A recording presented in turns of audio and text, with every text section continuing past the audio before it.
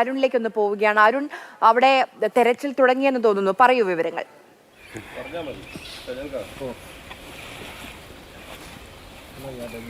ആര്യത ചൂരൽമലയിൽ village ഓഫീസിന് സമീപമുള്ള പ്രദേശമാണ്. നമുക്ക് ദൃശ്യങ്ങൾ കാണാം. മരങ്ങളൊക്കെ എങ്ങനെ അടിഞ്ഞു കൂടി കിടക്കുന്നത് വലിയ ഉയരത്തിലാണ്. നമ്മളിവിടെ ദൃശ്യങ്ങളിൽ നമുക്ക് എത്രത്തോളം അത് വ്യക്തമാവുമെന്ന് നമുക്കറിയില്ല. ഇന്നലെയൊക്കെ പറഞ്ഞതുപോലെ തന്നെ ഇവിടെ നടക്കുമ്പോൾ തന്നെ കാല് ഇങ്ങനെ ചളിയിൽ പൂണ്ടുപോകുന്ന സാഹചര്യമാണ്. അപ്പോൾ രക്ഷാപ്രവർത്തകരുടെയൊക്കെ സഹായത്തോടെയാണ് നമ്മളും ഇങ്ങോട്ടേക്ക് എത്തിയത്. ഇന്നലെ മുതൽ തന്നെ ഇവിടെ തെരച്ചിൽ കൂടുതൽ മൃതദേഹങ്ങൾ കണ്ടെത്തിയിരുന്നു. ഇന്നും ആ രീതിയിൽ തന്നെ പുരോഗമിക്കുകയാണ്. രാവിലെ തന്നെ തുടങ്ങുകയാണല്ലേ? ഇന്നലെ മുതലല്ല, മിനിയാന്ന് മുതൽ തന്നെ രക്ഷാപ്രവർത്തകർ ഇവിടെയാണ്. ഈ ഭാഗത്തായി കൂടുതൽ മൃതദേഹങ്ങൾ ഇന്നലെ ഇവിടെ മിനിയാന്ന് 23 മൃതദേഹം ഇവിടുന്ന് മാത്രം കിട്ടി. ഇന്നലെ ഏകദേശം 16ഓളം മൃതദേഹം ഇവിടുന്ന് കിട്ടി.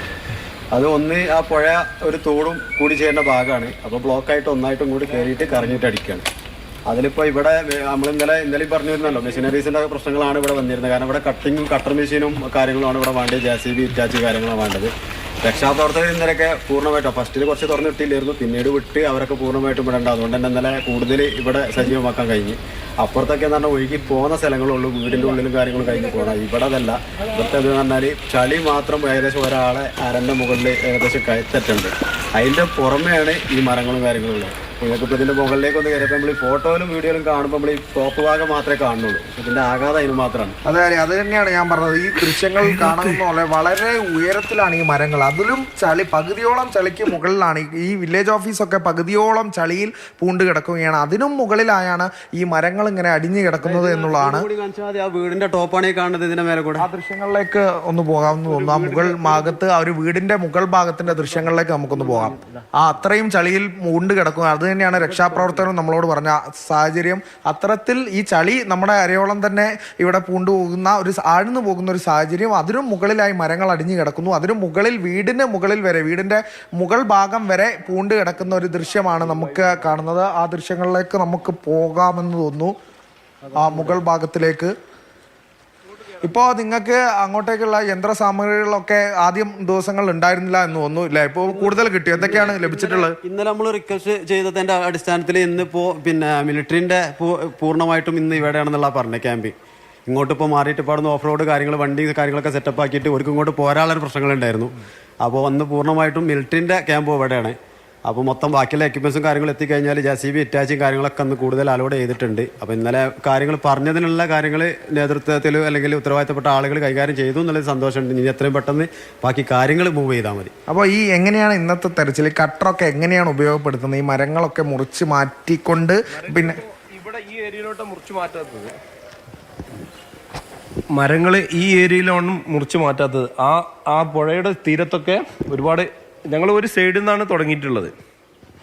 ആ ഒരു സൈഡിൽ നിന്ന് ഞങ്ങൾ ഇറ്റാച്ചിയുടെ സഹായത്തോടെ ഇറ്റാച്ചി പൊന്തിച്ച് വന്നിട്ട് ഞങ്ങൾ വുഡ് കട്ടർ അടിച്ചുകൊണ്ട് കട്ട് ചെയ്തിട്ടാണ് ഞങ്ങൾ ഓരോ ചെറിയ ഭാഗങ്ങളാക്കിയിട്ട് ഞങ്ങൾ പീസാക്കിയിട്ട് എടുത്തിട്ടാണ് ഞങ്ങൾ വെച്ചിരിക്കുന്നത്. റിസ്ക്കാണ്, വളരെ റിസ്ക്കാണ്. കാരണം ചളി തന്നെ ഞങ്ങൾ അരക്കോളം ചളിയിലായിരിക്കും ചിലപ്പോൾ പോകുന്നത്. ഞങ്ങൾ എന്താ വെച്ചാൽ അതിൽ നിന്ന് രക്ഷപ്പെടാൻ വേണ്ടിയിട്ടാണ് ഞങ്ങൾ മരങ്ങൾ വെച്ചിട്ട് പാത്തി പോലെ വെച്ചിട്ട് അതിന്മേൽ നിന്നിട്ടാണ് ഞങ്ങൾ ചെയ്യുന്നത്.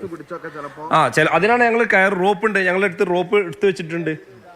കാരണം ഞങ്ങൾ അങ്ങനത്തെ ഈ ചളി ഏരിയത്ത് പോകുമ്പോൾ ഞങ്ങൾ അരക്ക് റോപ്പ് ഇട്ടിട്ടാണ് ഞങ്ങൾ ചെയ്യുന്നത്. കാരണം ഇവിടെ നിന്നൊക്കെ ഈ ഏരിയയിൽ കിടക്കുന്നത് മെയിനായിട്ട് ഇന്നലെ ഇവിടുന്ന് കിട്ടിയത് സ്ത്രീകളുടെയും കുട്ടികളുടെയും ആണ് ഇവിടുന്ന് കിട്ടിയത്.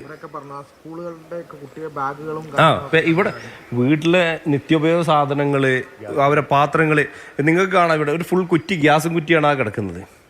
പൊട്ടിക്കാത്ത ഒരുപാടെണ്ണം ഉണ്ട്. അത് ഇന്നലെ ഇവിടുന്ന് കിട്ടിയത് 2 അതാ കിടക്കുന്നത്. എന്തായാലും ഞങ്ങൾ ഇന്നത്തെ ഇത് തുടങ്ങാൻ പോവാണ്. എന്തായാലും അധികൃതർ ഭാഗത്തു നിന്നുള്ള ഞങ്ങൾക്ക് വേണ്ട ഇറ്റാച്ചിയും കാര്യങ്ങളൊക്കെ, ഇനി വേണ്ടത് ചെറിയ ഇറ്റാച്ചി അല്ല, വലിയ ഇറ്റാച്ചാണ്. കാരണം ഒരുപാട് ഭാരം ചെന്ന മരങ്ങളാണ് ഇവിടെ ഉള്ളത്. ഇത് മനുഷ്യന്മാരെ കൊണ്ട് പൊക്കാൻ പറ്റാത്തതാണ്. എന്തായാലും യന്ത്രസഹായത്താലേ നമുക്കിത് ചെയ്യാൻ പറ്റുള്ളൂ. അപ്പോൾ എന്തായാലും ഇവിടെ ഇപ്പോൾ 3 ഇറ്റാച്ചി വന്ന് കിടക്കുന്നുണ്ട്. ഇനിയും കൂടുതൽ വാഹനങ്ങൾ വരും എന്ന് പ്രതീക്ഷിച്ചുകൊണ്ട് ഞങ്ങൾ ദൗത്യത്തിൽ ഏർപ്പെടുകയാണ്. ഈ ഭാഗം ഇങ്ങനെ തിരിഞ്ഞു വിരിഞ്ഞതാണ്. അപ്പോൾ ഫുൾ ഫോഴ്സിൽ വന്നിട്ട് ഈ ഭാഗം ഇങ്ങനെ തിരിയുന്ന ഭാഗത്ത് അങ്ങനെ അടിഞ്ഞിരിക്കുകയാണ്. മരങ്ങൾ ഫുൾ അടിഞ്ഞിരിക്കുകയാണ്. വലിയ വലിയ പാറക്കെട്ടുകളൊക്കെ പല ഭാഗത്തായിട്ട് അടിഞ്ഞു. പക്ഷെ ബാക്കി വന്ന എല്ലാ മരവും നമ്മളവിടെ കണ്ടതിനേക്കാൾ എത്രയോ ഇരട്ടി മരങ്ങൾ ഇങ്ങോട്ട് അടിഞ്ഞിരിക്കുകയാണ്. അതിൻ്റെ അടിയിൽ പെട്ട് നിന്ന ആളുകളാണ്. ബാക്കി ആളുകൾ നേരെ നിലമ്പൂരും എത്തി. 52ഓളം ബോഡി നിലമ്പൂർ എത്താൻ ഈ ഒരു വഴിയിലൂടെ പോകുന്നു തോന്നുന്നില്ല. ഈ ഒരു ഒഴുക്ക് നേരെ അങ്ങ് ആ ഒരു പ്രദേശത്തേക്ക് ചാലിയാണ്. അടി ഒഴുക്ക് പറഞ്ഞാൽ നല്ല ഒഴുക്കാണ്. ഇന്നലെ വൈകുന്നേരത്തൊക്കെ മഴ പെയ്തപ്പോൾ വീണ്ടും ശക്തമായ വെള്ളം മഴ വരുമ്പോൾ അതൊരു വെല്ലുവിളിയാവില്ല. ഇവിടെ വെള്ളം കെട്ടിക്കിടക്കോ, കൂടുതൽ വെള്ളം ജലനിരപ്പൊക്കെ ഉയരുമോ ഈ ചളിയുടെ മേലെ? തിരിഞ്ഞു വരുന്നത് കൊണ്ട് ഒരു ഫോഴ്സിൽ കുറച്ച് കുറവുണ്ടാവും. എന്നാലും ബാക്കിയുള്ള എല്ലാ ഭാഗത്തും ഈ പറഞ്ഞ പോലെ ചളിയാണ്, ഇറങ്ങും തോറും ചളിയാണ്.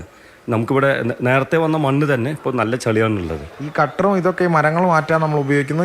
ഈ ചളിയൊക്കെ ഈ തരണം ചെയ്യാൻ എന്താ നമ്മൾ ഉപയോഗിക്കുക? നമുക്ക് ശരിക്കും മാറ്റിയിട്ട് അതേപോലെ ഈ മരങ്ങൾ ഇട്ടിട്ടുണ്ട്, അതിലൂടെ നടന്ന് ചെയ്യുക എന്നുള്ളത് മാത്രം. അതായത് ചളി എടുത്ത് നീക്കം ചെയ്യുമോ ഇവിടുന്ന്?